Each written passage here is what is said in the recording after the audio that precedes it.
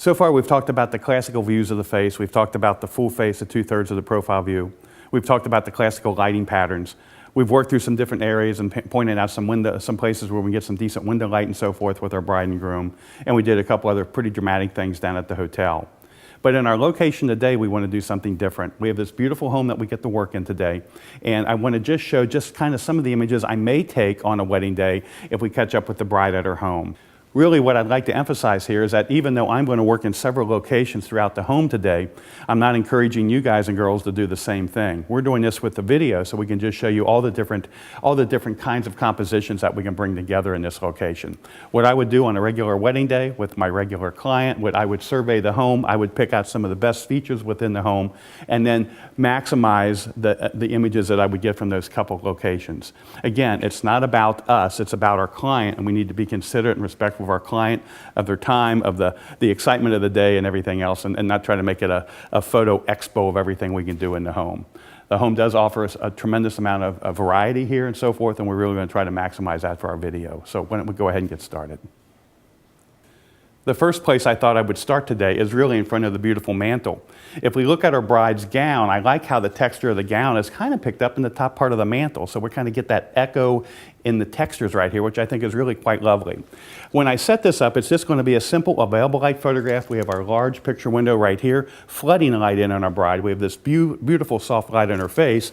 And I've just set my exposure up. I'm sitting right here at about 640 ISO. I could go down to 400 if I want, but then I think I have to compromise my shutter speed. And even though I'm using image stabilized lenses, I'm going to be a happy camper at 640. I'm going to be at ISO 640. I'm going to be at f4 as my f-stop, and it looks at a 50th of a second is where everything's falling here.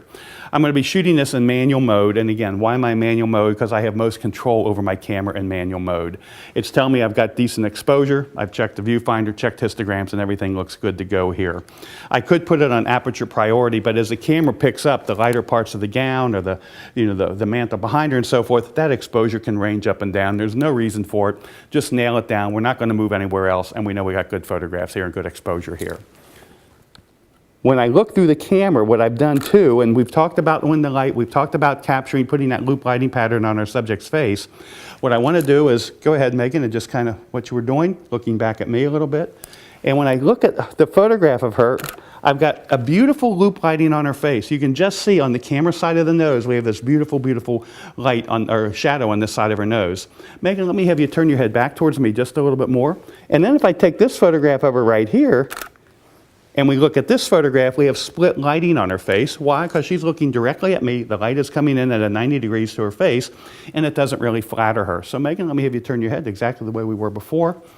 And I'm going to turn her head, or turn her nose slightly towards me so that I don't have the nose getting close to the cheek line, because if you remember me saying this earlier on, if the nose gets close to the cheek line, we create what we call the Pinocchio effect. It actually elongates the nose, which doesn't flatter our subject. There's another thing that let's just review again. Megan, just turn your head even more and more and more eyes back to me.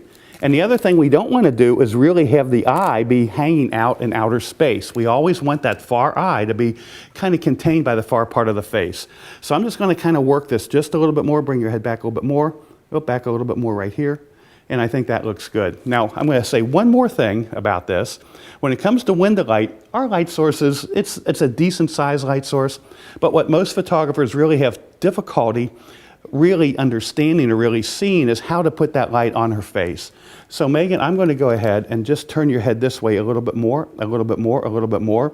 And yes, we're falling out of the 2/3 view, but the main thing to notice, turn your head even more. The main thing to notice is that I'm starting to lose that shadow on the camera side of the nose.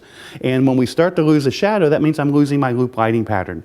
So I'm going to turn her head till I just start seeing highlight flood to the camera side of the nose. Then I'm going to bring her head back towards me till I just get the shadow, but I still have plenty of the camera side of her cheek. Let's say the cheek closest to me, closest to camera, still well illuminated. And that way, when we look at the photographs, we can see that we really, really have a pretty light on her face. Another thing we can talk about, and I think this echoes what I've said in an earlier segment on this DVD, or this set, is that we have just a nice classic S line running all the way through the full length of her body. From the top of her head to the neck is one direction, from the neck to the waist is the other, and then from the waist to the feet. And we got just a nice gentle S curve running through her entire figure. Okay, so now let's go ahead and get our photograph taken. We've got her body turned this way, the light's coming in, we got great texture, great highlights next to shadows that we see in the gown. We've also got the bouquet, which is coming in front of the gown. And let me take the shot real quick, and you can actually see that we're throwing that bouquet shadow on the gown. And one thing that I'm always trying to emphasize is just bring it back just a little bit more, so I can just see it in the photograph, but the shadow isn't hitting the gown, and I think it just makes a more flattering photograph. So let me have you stand up just a little bit. That's good, perfect. Chin down again, turn your head a bit. Okay, back to me. And now as I take this photograph, the next thing that I'm seeing is that I have kind of a Statue of Liberty look. I've got the chandelier behind her head, and it looks a little Statue of Liberty-ish. So Megan, let me slide you this way a little bit, just inches. Still kind of hand on the chair, kind of the way we were before. And I'm actually going to move my camera position over here so that I can actually have the chandelier, the wall sconce behind her on her left, and then mantle on her right. And again, looking into the light for me. Eyes back to me. Beautiful. Right there. I'm even zooming back a little bit more to pick up more of the mantle. Let's come in close on her a little bit. Happy, happy. One more. Turn your head away from me just a bit more. Beautiful. Even kind of looking down at the table maybe. Beautiful. And now turn your head even more, even more, even more. And I'm thinking, do I have a chance to maybe pull off a profile here? And I'm thinking the profile, beautiful lighting on her face, with the positioning of the mantle and everything there, we might get a nice photograph. So I'm going to rotate around her. The lighting is about where I want it to be on Megan, so I'm going to rotate around her and then see if we can pull off the profile. And then right hand just relaxing down. Your other right hand. Yeah. Turn your nose away from me again. Right there. Perfect. Here we go.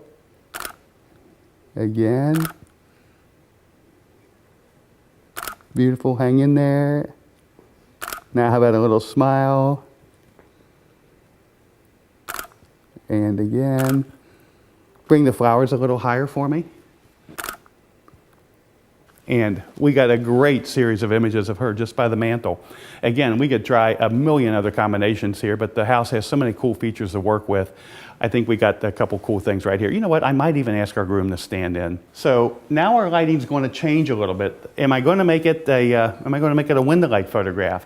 You know, I like what I've got going on here with the mantle and everything, but my problem is that now this light coming in here is more of an accent light on them and so forth. So I may just choose to just throw some more light onto the scene. So I'm going to ask Aaron, my assistant, to come on in with the flash. Since the groom generally isn't at the bride's home for these images, we can actually have Christian playing the part of the father of the bride in this series. No smile from him on that one, I just noticed. Just hand in the pocket, just kind of good. And just kind of, Christian, you kind of lean in just a bit. Turn your head this way a little bit more. And I can choose to do a couple of different things. I've got Aaron with the umbrella ready to go. Why don't we go ahead and just try that one first? Aaron, I'm going to switch to 5/6 here because since I'm so used to using 5/6 whenever I use that umbrella, it's what I call my aperture of convenience. I know that our working distance right here. Aaron, I'm going to let you back up even a little bit more and maybe give me quarter power, sorry. Key to our bride, if you don't mind. Kristen, turn your head slightly. Good. And now what's happening here is I see my assistant's light in the window, and that's not going to be optimum for me, so let me go ahead and just change this right here. There we go.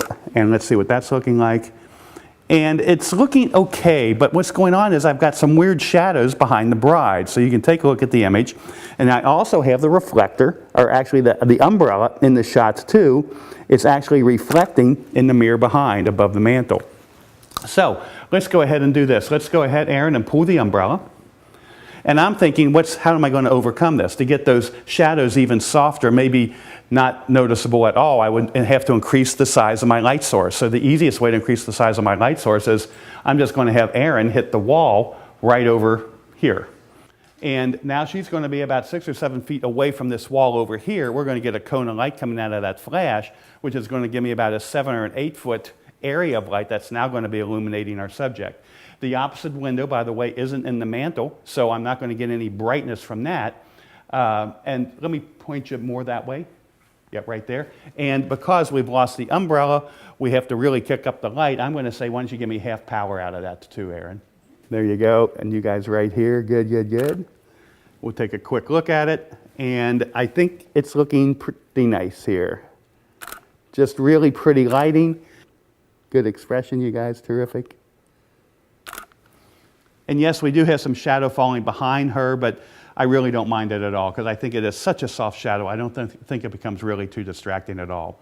So just in this location here, we got some really cool images. We used a couple of different techniques. We just used window light number 1. We found out that the umbrella was going to give us 2 sharpest shadows on that background, so we broadened our light source by just taking the light itself, removing the umbrella, and just bouncing into the opposite wall to give us a huge light source coming back in and illuminating them. So I think we got some good things right here in front of the mantle.